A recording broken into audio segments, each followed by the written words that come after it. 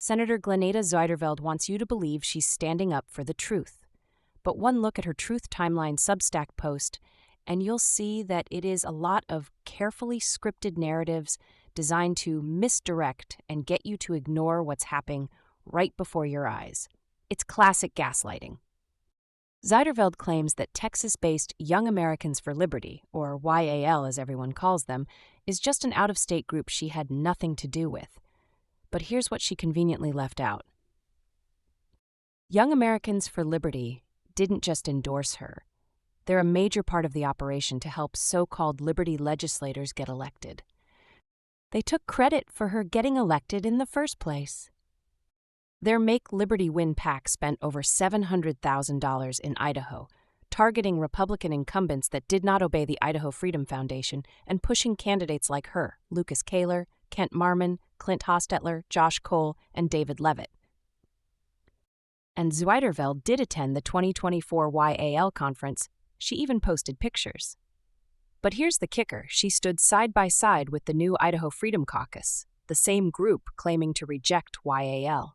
Yet every single one of them got elected with help from YL or former YAL President Cliff Maloney's Citizens Alliance. So what's the point, Glenneda? IFF, YAL, and Citizens Alliance are running the same confrontational playbook, likely sharing resources to boost IFF PAC-endorsed candidates. And who's directing the strategy? All signs point to Dustin Hurst, former IFF Communications Vice President and current Idaho Freedom PAC point man. How else would some group in Texas know who to direct hundreds of thousands of dollars towards to benefit candidates all the way up in Idaho? And what about the Citizens Alliance of Idaho, the group funneling hundreds of thousands to campaigns like hers? She skips over the fact that the resources behind this come from Citizens Alliance, which is run by Cliff Maloney, the disgraced former YAL president, ousted after multiple serious sexual misconduct allegations.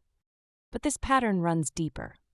Maloney's downfall for sexual misconduct echoes another scandal Zuiderveld doesn't want to talk about, her defense of Aaron von Ehlinger, the disgraced former Idaho legislator now serving up to 20 years for rape.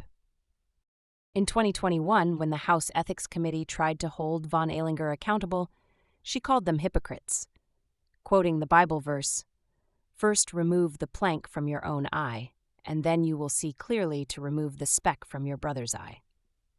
She even shared an article from an IFF-aligned propaganda website called True Idaho News attacking the Ethics Committee and defending von Ehlinger. Zuiderveld remains silent about horrific doxing and victim shaming her friends engaged in to support their favorite true conservative rapist. She played her part, and it looks like IFF rewarded her with support from their political machine to install her into office to do their bidding. And now YAL is behind another scheme, flooding Idaho legislators with hundreds of fake emails pushing IFF's top agenda item, repealing the grocery tax. These emails were traced back to non-existent constituents, a complete fabrication to manipulate legislators.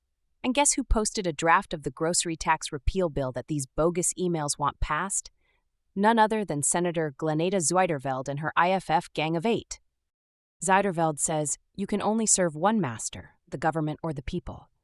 It looks like once again she's leaving out the truth, that the only master she serves is the Idaho Freedom Foundation and their YAL partners running the Cliff Maloney playbook. She wants you to believe YAL isn't about pro-marijuana legalization. Yet it's well documented they are, and former IFF President Wayne Hoffman even wrote in favor of decriminalization. Now that it's blowing up in their faces, they're scrambling, voting for a bill that adds a $300 fine for marijuana possession to pretend they've always been anti-marijuana. More gaslighting, indeed. And lastly, Zuiderveld, Hostetler, Zito, and the rest of Ron and Maria Nate's merry gang of eight all vowed never to vote for bills that would add any new government positions. They broke that vow when they all voted for the government wealth redistribution bill that added $50 million to the state budget and 5 additional state employees to help process the private school tax credit applications. Can you believe anything these bought and paid-for legislators say anymore? Zuiderveld quotes scripture to call out others, but the truth is clear, she's neck-deep in the same hypocrisy she claims to fight.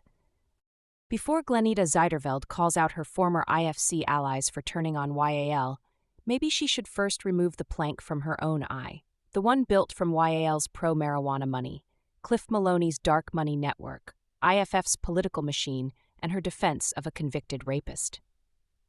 No one likes a hypocrite,